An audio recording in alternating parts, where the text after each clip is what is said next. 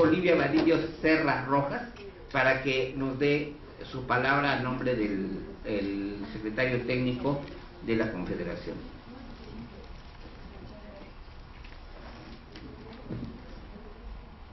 Hola, buenas tardes a todos. ¿Me escuchan bien? Sí. ¿Sí? Voy a comenzar.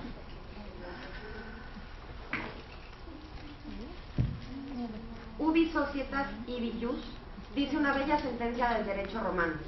Donde hay sociedad, hay derecho. Y donde hay sociedad y hay derecho, hay parlamento en cualquiera de sus formas. Así podemos afirmar que bajo diversas modalidades, la existencia de los parlamentos se confunde con el origen de las primeras civilizaciones. Lo que conocemos como consejos de ancianos en muchas de nuestras comunidades originarias no es más que un parlamento donde se habla pues, se dialoga sobre lo que es mejor y lo que es mejor y más conveniente para la comunidad y sus habitantes.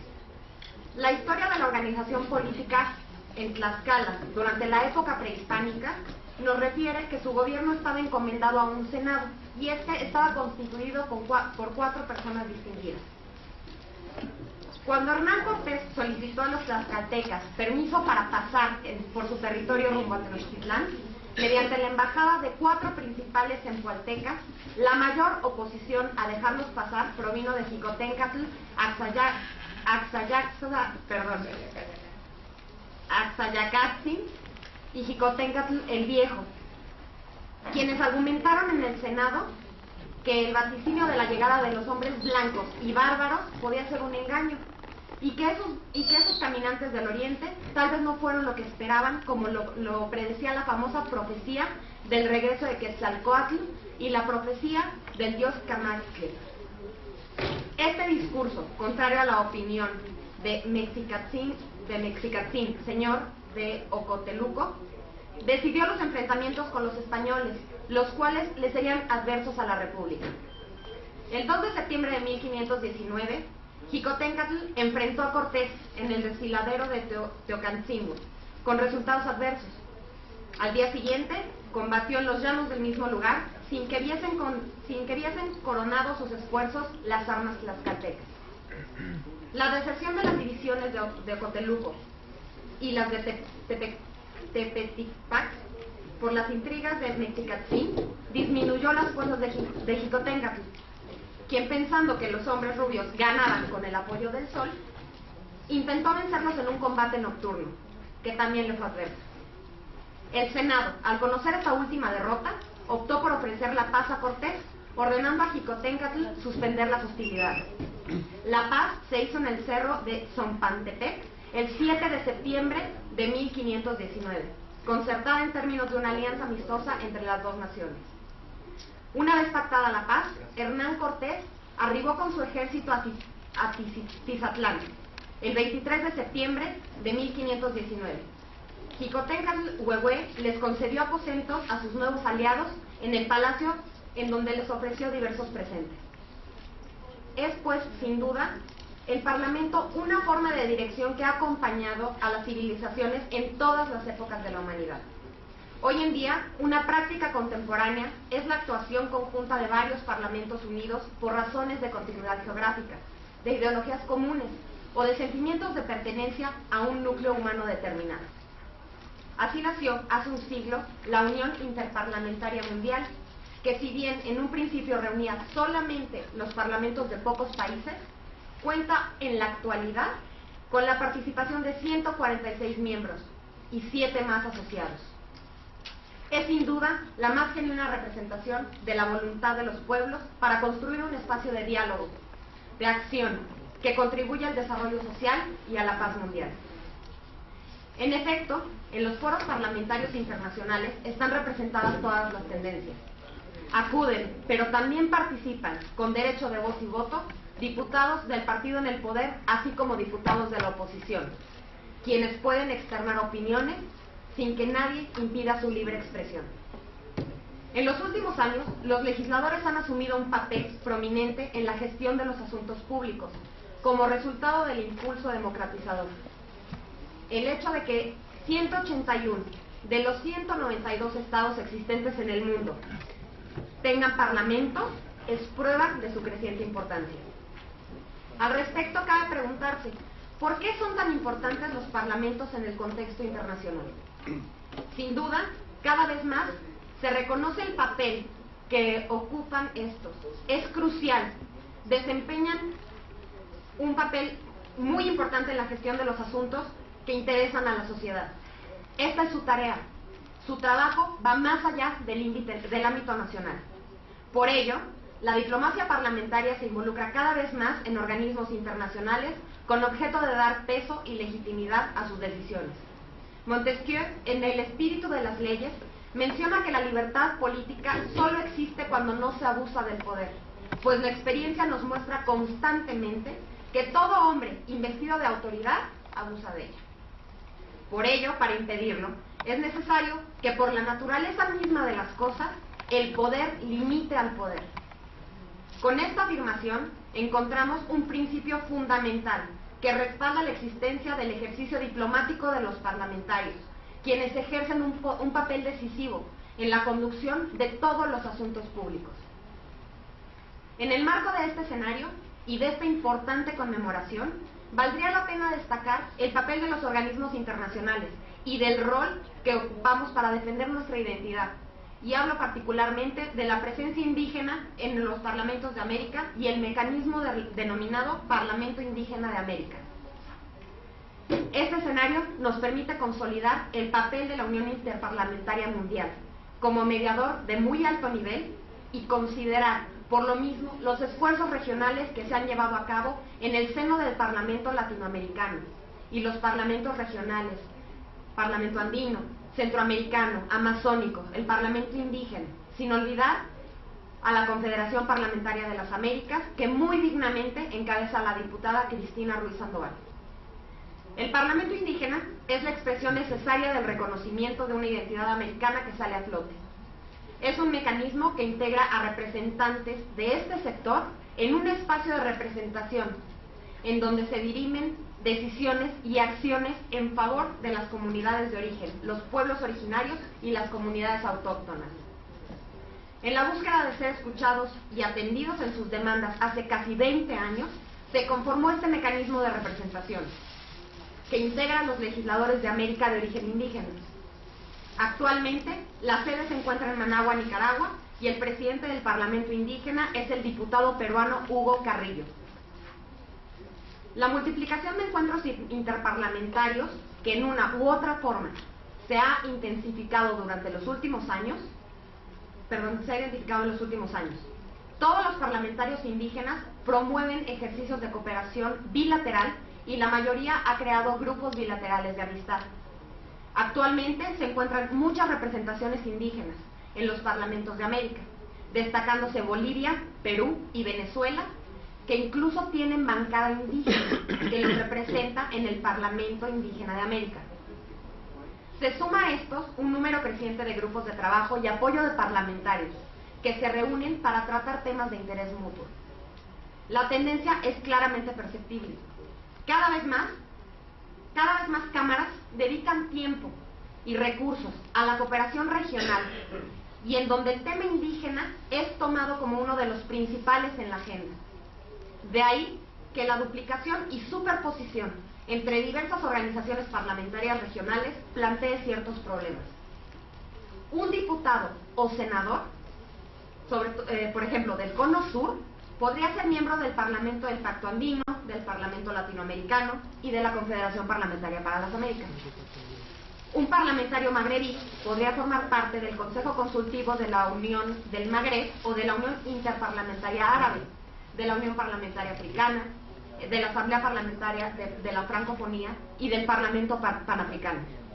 Es esto claro ejemplo del creciente número de espacios de diálogo y concertación que los legisladores construyen y que amplía el radio de acción de las cámaras nacionales. En los últimos años, los parlamentarios han asumido un papel más prominente en la gestión de los asuntos públicos como resultado del impulso democratizador, que entraña un esfuerzo en pro de la buena gestión pública. Cabe preguntarse, ¿por qué son tan importantes los parlamentos en el contexto internacional? Sin duda, cada vez más se reconoce el papel crucial que los parlamentos desempeñan en la gestión de los asuntos que atañen a la sociedad.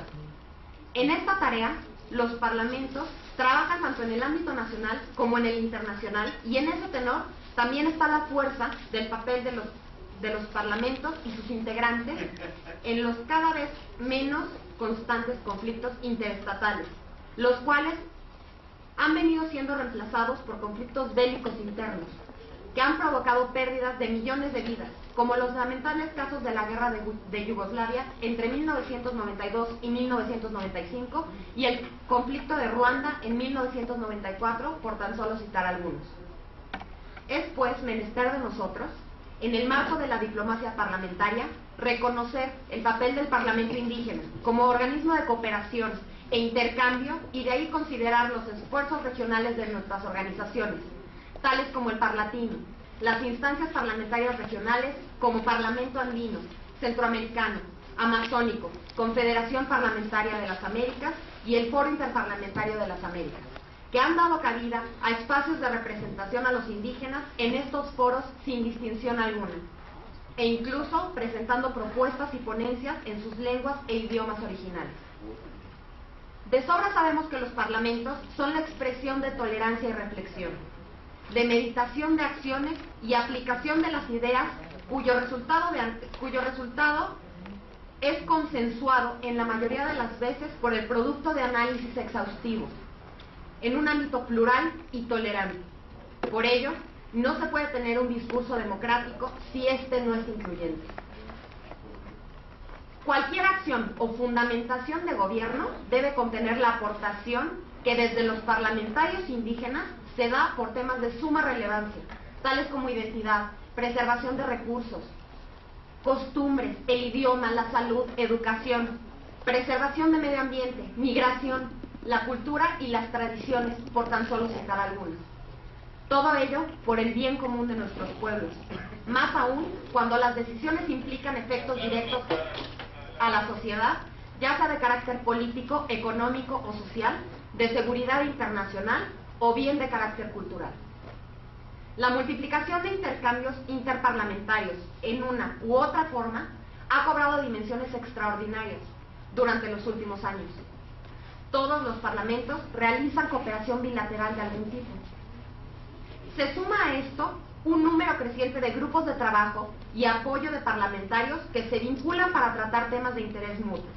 Algunos de ellos se ocupan de cuestiones como el desarrollo, desarrollo y población, algunos desarme, temas como la migración y la movilidad humana, trata de personas, medio ambiente, salud, en fin, temas que han tenido un importante auge en los últimos años. En todos estos espacios es necesaria y fundamental la participación de los indígenas y sus representantes. Quiero pues concluir refiriéndome al mensaje del diputado Hugo Carrillo, presidente del Parlamento Indígena, refirió en ocasión de la 13ª sesión ordinaria realizada el pasado 9 de abril. Dijo el presidente Carrillo: los parlamentos nacionales no han entendido las condiciones de nuestros países. Tenemos que convencerlos de que se trata de países plurilingües, multiculturales, que los indígenas no somos minorías, sino mayorías que no tienen representación en los parlamentos. El presidente de PIA destacó que las poblaciones indígenas superan el 60% de los habitantes en países como Bolivia, Ecuador y Guatemala, y en sus congresos la presencia de indígenas no es proporcional. Además de la poca representación de indígenas en los congresos, Carrillo criticó el problema de la inexactitud de datos oficiales de las poblaciones de los pueblos originarios, lo cual, consideró, impide que las etnias se desarrollen. El no tener datos exactos excluye a los pueblos indígenas de un mejor desarrollo, dijo el presidente. De ahí el objetivo de la organización de fortalecer sus representaciones en la vida política de cada país. Nos dicen folclóricos porque nos ven celebrando con flores a la Pachamama, porque usamos frutas en nuestros rituales. Pero los que nos dicen folclóricos llevan flores a sus muertos, comen 12 uvas en diciembre y usan calzón rojo para la buena suerte, aseguró Carrillo en referencia a cómo son vistos los indígenas en América. En el encuentro realizado en Managua participaron legisladores de las etnias originarias de 13 países americanos. Entre los asuntos principales que se abordan en esta sesión ordinaria están la seguridad alimenticia, los derechos indígenas y la posesión de tierras. Estos derivaron en debates sobre cómo hacer frente al cambio climático, asegurar las propiedades de los territorios indígenas y la búsqueda de representatividad política en cada país. La urgencia de este último punto tiene que ver con los sistemas políticos locales, mencionó el presidente Carrillo. Hay avances, leyes de consulta en Perú y en Ecuador, pero no en representaciones directas para poblaciones indígenas. Para llegar al Parlamento, los indígenas tenemos que pasar las dificultades que significan las campañas políticas. Por otro lado, el anfitrión del encuentro, el presidente de la Comisión de Asuntos de los Pueblos Indígenas, Afrodescendientes y Regímenes Autonómicos de la Asamblea Nacional de Nicaragua, Brooklyn Rivera, dijo en el PIA que en el PIA trabajarán juntos para restituir los derechos de los pueblos indígenas. La sesión plenaria de ese foro, que se celebró en el Congreso nicaragüense, comenzó tras un ritual ejecutado por indígenas de la provincia de Jinotega en el centro del país. Al final del encuentro, los diputados indígenas llevarán a sus países propuestas de leyes que otorguen beneficios a sus pueblos en todo el continente. Esto es según los organizadores. La delegación de Bolivia anunció que expondrá ante el Parlamento Indígena de América la demanda que va a interponer contra Chile ante la Corte Internacional de Justicia de La Haya para reclamar una salida soberana al Pacífico. Otras cuestiones que se abordan son la autonomía y territorialidad, los cultivos transgénicos, la extracción minera y los métodos de consulta previa de proyectos de ley.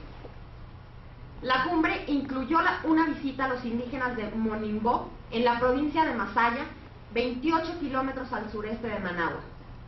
En el foro estuvieron presentes diputados indígenas de Argentina, Bolivia, Colombia, Chile, de Ecuador, Guatemala, Honduras, de México, de Nicaragua, Panamá, Paraguay, Perú y Venezuela.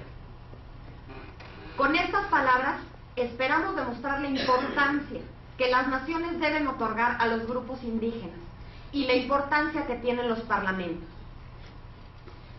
Los grupos indígenas tienen que tener una mayor representación en todos los congresos, tienen que tener una mayor participación en la vida social y en la vida política.